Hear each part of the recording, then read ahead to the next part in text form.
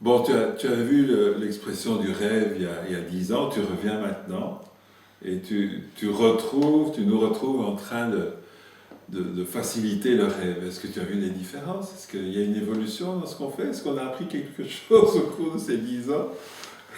D'abord, on a appris le rêve, on a appris Ouais. à rêver d'abord. Ah oui. Parce que moi, récemment, je regardais Ouais. une vidéo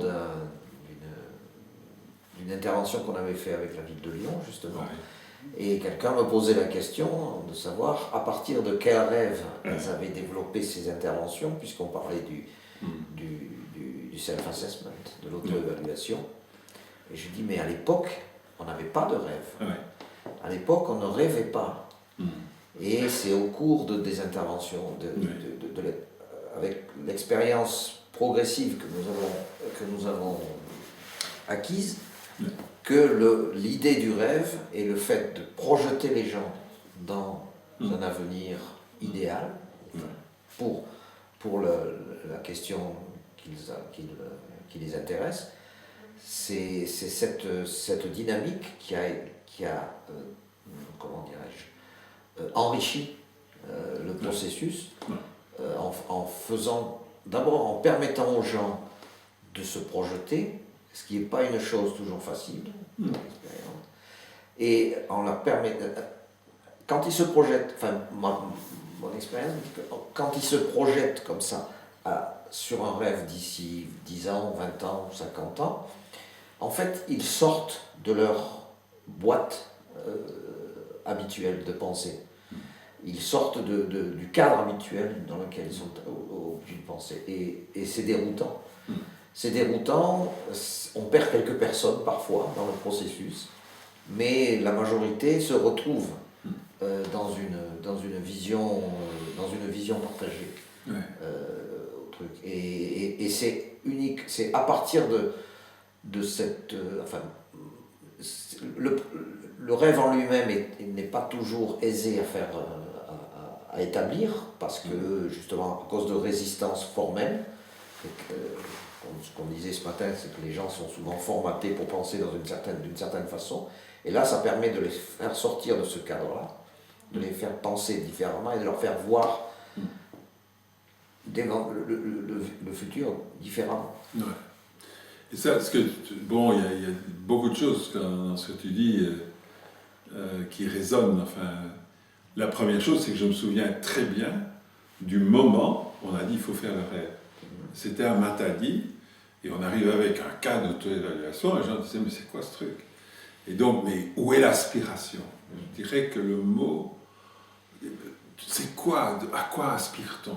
Et ça m'a paru, c'était un moment important, disons. C'est bien que tu nous rappelles qu'on n'a pas commencé comme ça.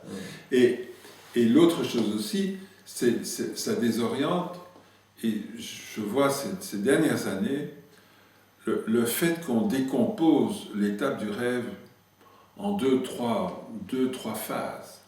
La première étant une phase de silence, où on se reconnecte avec ses aspirations profondes. Et il me semble que ça, c'est un élément très très important. C'est-à-dire, je me dégage du bagage que j'ai, bagage intellectuel, tout ça, ce que je crois, je dois faire, pour me reconnecter avec qui je suis profondément. Et cette étape-là me paraît être essentielle pour garantir qu'on suive après, à condition qu'on s'écoute dans le rêve. Une fois que les gens alors partagent leur aspiration, c'est important, bien entendu, de dire c'est le rêve de madame une telle, de monsieur un tel, point barre. Il n'y a pas à être d'accord ou pas d'accord. Voilà son aspiration. Est-ce que nous pouvons construire ensemble, fédérer nos aspirations? Et donc ça j'ai trouvé fascinant au cours du temps. Et aujourd'hui, on arrive justement dans un monde où on dit mais quel est le sens de tout ça? Et reconstruire le rêve, qu'il s'agisse, voilà, quel est notre rêve en tant qu'Européens? Quel est notre rêve dans notre village? Quel est notre rêve dans notre firme ou dans notre association de philatélistes? Quel est en fait, nous sommes au service de quel sens? Et ce sens ne peut venir, à mon sens, que des aspirations profondes des individus, mais qui se fédèrent autour d'un rêve commun. Et c'est là où le sens de la communauté naît souvent, parce qu'il n'est pas là au départ, nécessairement. Ça, je crois que c'est un point qui m'a paru... Enfin, c'est une évolution que je trouve fantastique. Ça, vraiment... Alors, autre chose qui me paraît, qui est quelque chose pour la facilitation, où on ne sait pas trop encore, moi je ne sais pas, il me semble qu'il y a deux choses. Si je suis dans une organisation, une firme par exemple, une firme d'ingénieurs, ce que nous avons fait, 40 ingénieurs, alors, de quoi rêvons-nous? Est-ce que nous rêvons au-delà de la firme ou nous rêvons pour la firme? Et je pense que si c'est possible, il vaut mieux engager le groupe au-delà de la firme, de telle manière qu'on recule ensuite en disant nous sommes au service de ce sens. Maintenant, quelles pratiques concrètes pouvons-nous mettre en œuvre pour ce sens qui nous dépasse? Le rêve, bien entendu, notre petit groupe ici ne pourra pas le réaliser seul. Ça, c'est évident, mais nous sommes au service de ce sens. Et donc, si on peut être au-delà, c'est bien.